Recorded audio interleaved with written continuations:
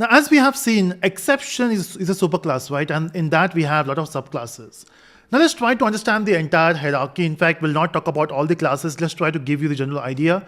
And with this idea, you'll understand, okay, what class belongs where and which exceptions are compulsory to handle and which are not.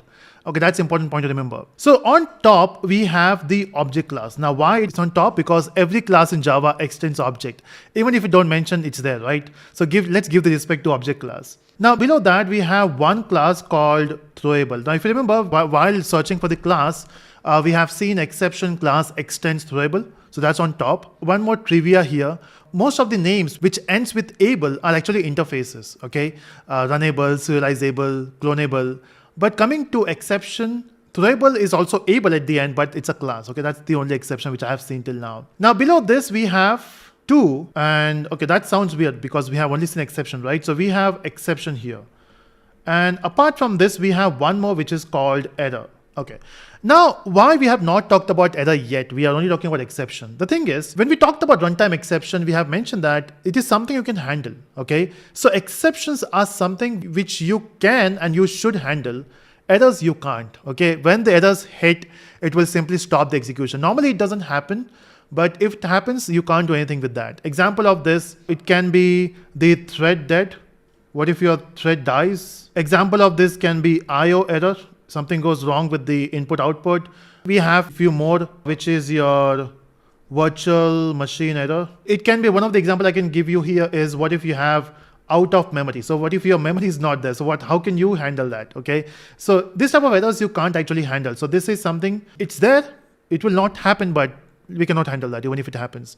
What you can handle is exception. Now in exception as well, we have multiple options here. So we have the first one, which is runtime exception. So we have the subclass of exception is runtime exception. And on the other hand, we have a lot of different exceptions here. Example of this could be SQL exception. Example of this could be IO exception and many more, but we are just trying to understand the simple one. So we have these two, we have many more as I mentioned. Now in runtime exception also, we have a lot of different exceptions here. We have seen most of it. In fact, we have seen arithmetic exception. Then we have array index out of bounds exception, and then we have null pointer exception. Now all this comes under runtime exception. This is null pointer exception. Now the thing is, why you have to remember this thing? Not everything you have to remember, but few of them. See, all the runtime exceptions are actually called unchecked exceptions, and all the other here on this side, they are called checked exception. Now why they are unchecked and checked? Most of the time when you write the line, your compiler will not force you to handle the exception. Okay, it will say, hey, it's your choice to handle the exception. So all the runtime exception, all the classes here, it's your choice if you want to handle them or not. But whenever your compiler sees that there is a line which can raise exception, which is not runtime exception, example, it can raise SQL exception, IO exception. In that case, it will ask you compulsory to handle the exception. If you remember, when we were trying to load the class with the help of class.forName, on the right side of the method we have mentioned, it throws the IO exception, right? So it was forcing you to handle it, okay? Okay, we have not talked about throws yet, but we'll talk about it. So basically, these are all checked and these are all unchecked here. And this is something you should not be worrying about. It will not happen most of the time.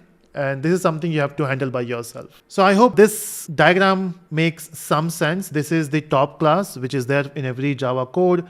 And this is your throwable, which is a parent class of exception and error. In exception, we have a lot of different exceptions. If you get SQL exception in your code, you have to handle it compulsory. IO exception, compulsion.